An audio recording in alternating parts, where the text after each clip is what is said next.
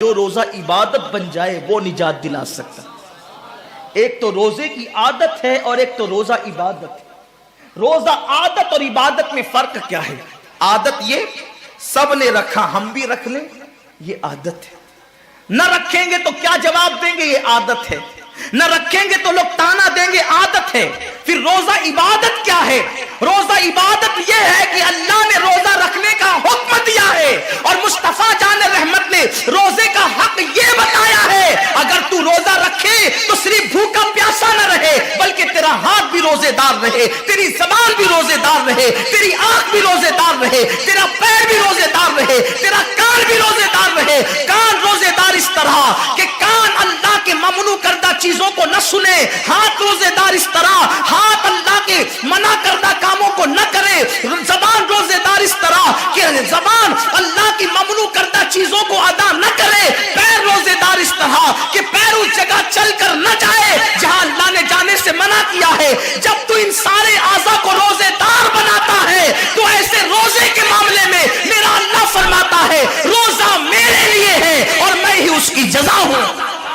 ہر عمل کی جزا جنت ہے، روزے کی جزا خدا کی ذات ہے۔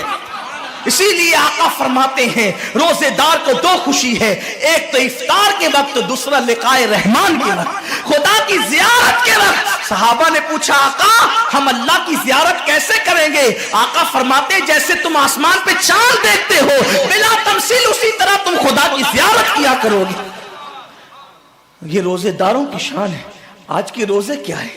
جس میں جھگڑا، جس میں غیبت، جس میں چگلی، جس میں فساد۔ روزے کو عادت مت بناؤ، روزے کو عبادت بناؤ۔ احساس مٹ گیا، عبادتوں کا احساس مٹ گیا، گناہوں کا احساس ختم ہو گیا۔ جب تک کہ لوگوں میں گناہوں کا احساس زندہ تھا وہ عبادت کر کے بھی اللہ سے ڈرتے تھے، وہ عبادت کر کے بھی رب کی بارگاہ میں آنسو بہاتے تھے کہ مولا میں تو حق ادا نہ کر سکا۔ لیکن آج احساس نہیں ہے، اس لیے لوگ ہنستے ہنستے افطار کرتے ہیں۔ حالانکہ صحابہ کا معمول تھا جب افطار کا وقت آتا وہ ہاتھوں کو اٹھا کر کے روتے اور کہتے مولا روزہ تو چلا گیا لیکن روزے کا حق نہ ادا ہو سکا، آنسو بہاتے ڈرتے۔ لیکن آج ایسا کچھ بھی نہیں ہے۔ ہماری ساری نیتیں تو دسترخوان پہ لگی ہوتی ہے افطار کے وقت۔ آئیے ایک بات نکل آئی، احساس گناہ۔ کیا ہے احساس گناہ؟ آقا نے فرمایا نا کہ جب رمضان شریف کا حق ضائع کر دو گے تو اللہ تم سے عزت کو چھین لے گا، تم ذلیل و رسوا ہو جاؤ گے۔ احساس ختم ہے گناہ کا، اسی لیے رمضان شریف میں بھی گناہ کرتے ہیں، اور گناہ کر رہے ہیں تو ذلیل ہو رہے ہیں۔ احساس کسے کہتے ہیں؟ احساس یہ کہ میں نے کیا کیا، چھوٹے سے گناہ کو بڑا سمجھنا میں نے کیا کیا۔ ایک خاتون بارگاہ رسالت میں آئی اور عرض کیا یا رسول اللہ مجھ سے زنا ہو گیا ہے، میں نے بہت بڑا جرم کر لیا ہے، آپ مجھ پہ حد لگا دیں، حد جاری کر دیں تاکہ میں گناہ سے پاک ہو جاؤں۔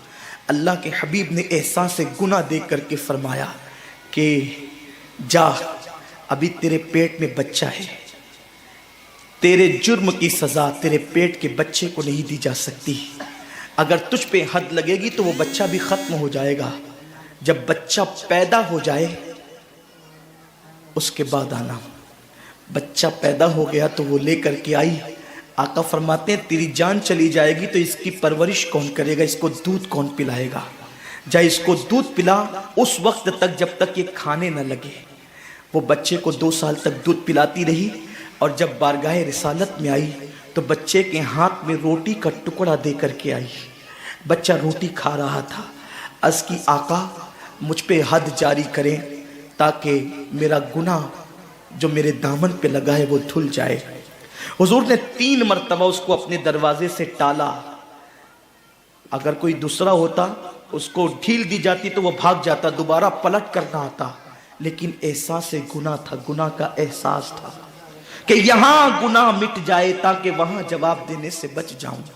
اس خاتون نے 3 مرتبہ حاضری دی، حضور اب میرا بچہ روٹی کھانے لگا ہے، مجھ پہ حد لگا دے تاکہ میں پاک ہو جاؤں۔ اللہ کے حبیب نے فرمایا اللہ کی بندی جب اللہ نے تیرے جرم پہ پردے ڈال دیے تھے تو تو نے اظہار جرم کیوں کیا؟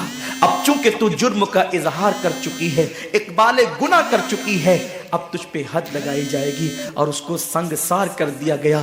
جب وہ مر چکی اور اس کو دفن کر دیا گیا تو کسی نے کہا کتنی بدبخت تھی وہ عورت جس نے رسول پاک کے دور میں منہ کالا کیا۔ میرے نبی نے فرمایا تو اس کا گناہ دیکھتا ہے، تو اس کا احساس گناہ نہیں دیکھتا۔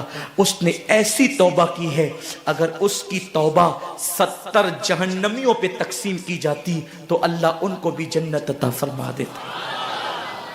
آقا کریم صلی اللہ علیہ وسلم فرماتے ہیں جو رمضان شریف میں گناہ کبیرہ کرتے ہیں، اب گناہ کبیرہ کی بہت بڑی تعریف ہے، اس کو نہیں بیان کروں گا، لیکن جو گناہ کبیرہ بڑا گناہ کرتے ہیں، پہلی بات تو چونکہ میرا مسلک صوفیہ ہے، صوفیہ سے کسی نے پوچھا کہ گناہ بڑا کیا ہے؟ امام غزالی فرماتے ہیں نہ کوئی گناہ چھوٹا ہے نہ کوئی گناہ بڑا ہے، بات تو یہ ہے جس گناہ پر خدا تیری پکڑ کر لے وہی گناہ سب سے بڑا ہے، اور جس نیکی پر خدا تجھے بخش دے وہی نیکی سب سے بڑی ہے۔ کسی گناہ کو چھوٹا سمجھ کے مت کرو، پتہ نہیں وہ کس گناہ پہ ناراض ہو جائے۔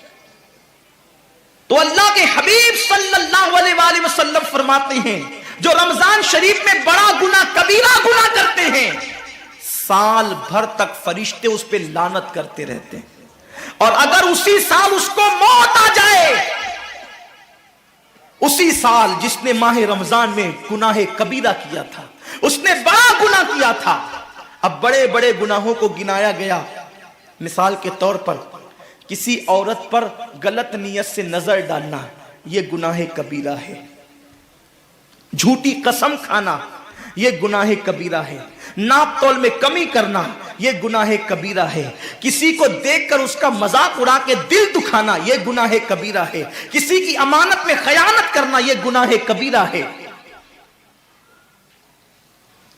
ماں باپ کا دل دکھانا یہ گناہ کبیرہ ہے، کفر کرنا یہ گناہ کبیرہ ہے، بلکہ اکبر الکبائر ہے۔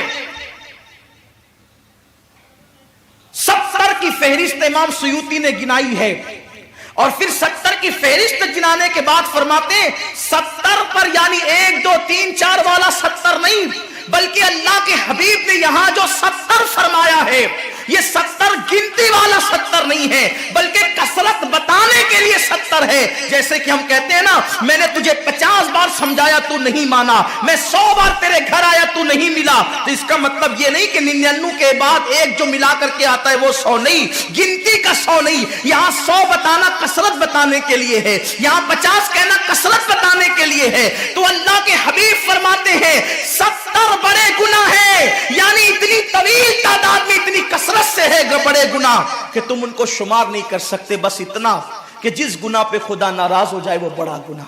تو جس نے رمضان شریف میں قصدن بڑا گناہ کیا، قصدن، نماز کو چھوڑنا بھی گناہ کبیرہ ہے، نماز کو ترک کرنا بھی گناہ کبیرہ ہے۔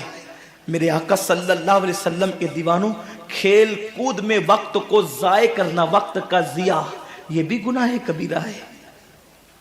آقا فرماتے ہیں جس نے رمضان شریف میں گناہ کبیرہ کیا، اس رمضان سے لے کر آنے والے رمضان شریف تک فرشتے اس پہ لعنت کرتے۔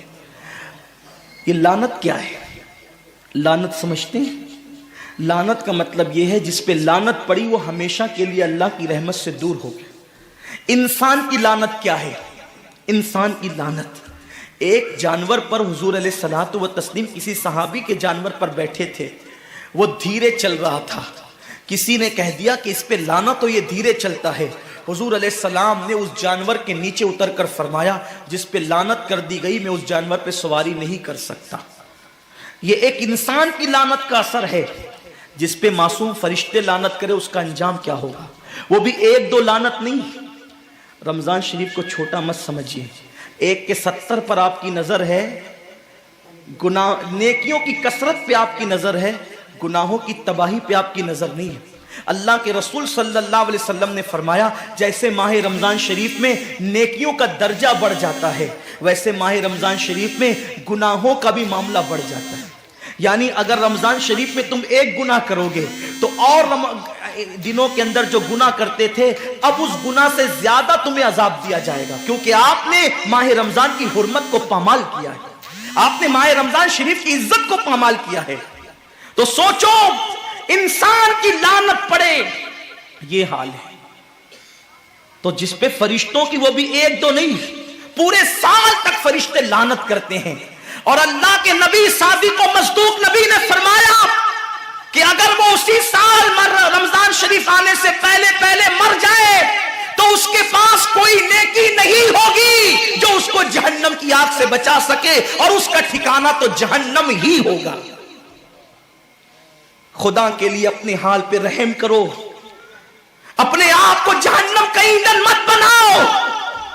ہمارا جسم اتنا طاقتور نہیں ہے کہ ہم اپنے جسم پر جہنم کے عذاب کو برداشت کر سکے۔ میری قوم کے جوانوں، اپنی جوانی پہ اترانے والوں، اپنی قوت پہ ناز کرنے والوں، اللہ کے رسول صلی اللہ علیہ وسلم فرماتے ہیں کہ جہنم کی آگ کی ایک چنگاری اگر دنیا کے سمندر میں ڈال دی جائے تو دنیا کے سارے سمندر آگ سے بھڑکنے لگے۔ اس چنگاری کو، وہ جہنم کی چنگاری کو سمندر ٹھنڈا نہیں کر سکتے، بلکہ سمندر کو وہ ایک چنگاری بھڑکا دے گی اور سمندروں کے اندر آگ لگ جائے گی۔ جو ایک چنگاری سارے سمندر کو بھڑکا دے، اللہ اکبر، اس جہنم کے اندر یہ چھوٹا سا وجود جو چھوٹی سی، اللہ اکبر، اگر بتی کے چٹکے کو برداشت نہیں کر سکتا، جو چراغ کی لو کی تیز کو، جو چراغ کی لو کی حرارت کو برداشت نہیں کر سکتا، جو سگریٹ کے چٹکے پر بے قرار ہو جاتا ہے، یہ چھوٹا سا وجود جب جہنم کے اندر داخل کیا جائے گا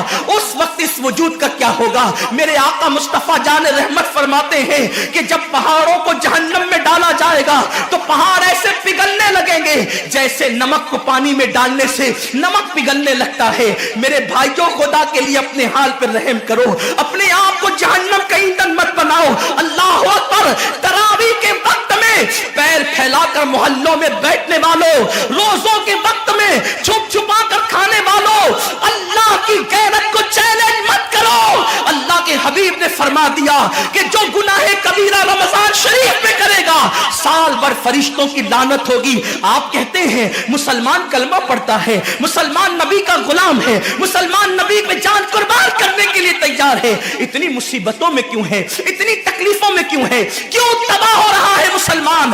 ارے جس پر فرشتے پوری سال لعنت کرے وہ قوم تباہ نہ ہوگی تو کیا ہوگا؟ اس قوم کے گھر نہ جلیں گے تو کیا ہوگا؟ اس قوم کی بیٹیوں کی آبرو نہ لوٹے گی تو کیا ہوگا؟ وہ قوم غربت کی چکی میں نہ پسے گی تو کیا ہوگا؟ آؤ سچی توبہ کر لو، توبہ کے دروازے کھلے ہوئے ہیں، اپنے گناہوں کا احساس کر لو، نادم ہو کر قدرت کی بارگاہ میں پلٹ جاؤ۔ میرا رب فرماتا ہے فَفِرُّوا إِلَى اللَّهِ، کہاں جا رہے ہو؟ دوڑو اللہ کی طرف، پلٹو اللہ کی طرف۔ بڑے سے بڑا پاپی اگر خدا کی طرف احساس گناہ لے کر، ندامت کے آنسو لے کر اللہ کی بارگاہ میں پلٹا ہے تو اللہ نے اس کو مغفرت کا پروانہ عطا کیا ہے۔ میرے رب کا وعدہ ہے جو میری بارگاہ میں پلٹتے ہیں میں ان کو لوٹاتا نہیں ہوں، میں ان کو معاف کر دیتا ہوں۔ سبقت رحمتی علی غضبی، میری رحمت میرے غضب پہ سبقت لے گئی ہے۔ وہ رب جو 70 ماؤں سے زیادہ پیار کرتا ہے، امت کی تباہی کا اتنا ہی خیال ہے تو ہم رمضان شریف کا احترام کیوں نہیں کرتے؟ ہم رمضان شریف کا اہتمام کیوں نہیں کرتے؟ کیوں ہم اللہ کی عبادت کی طرف نہیں آتے؟ آؤ اپنے گناہوں کا احساس لے کر خدا کی بارگاہ میں پلٹو تاکہ تباہی سے بچ جاؤ۔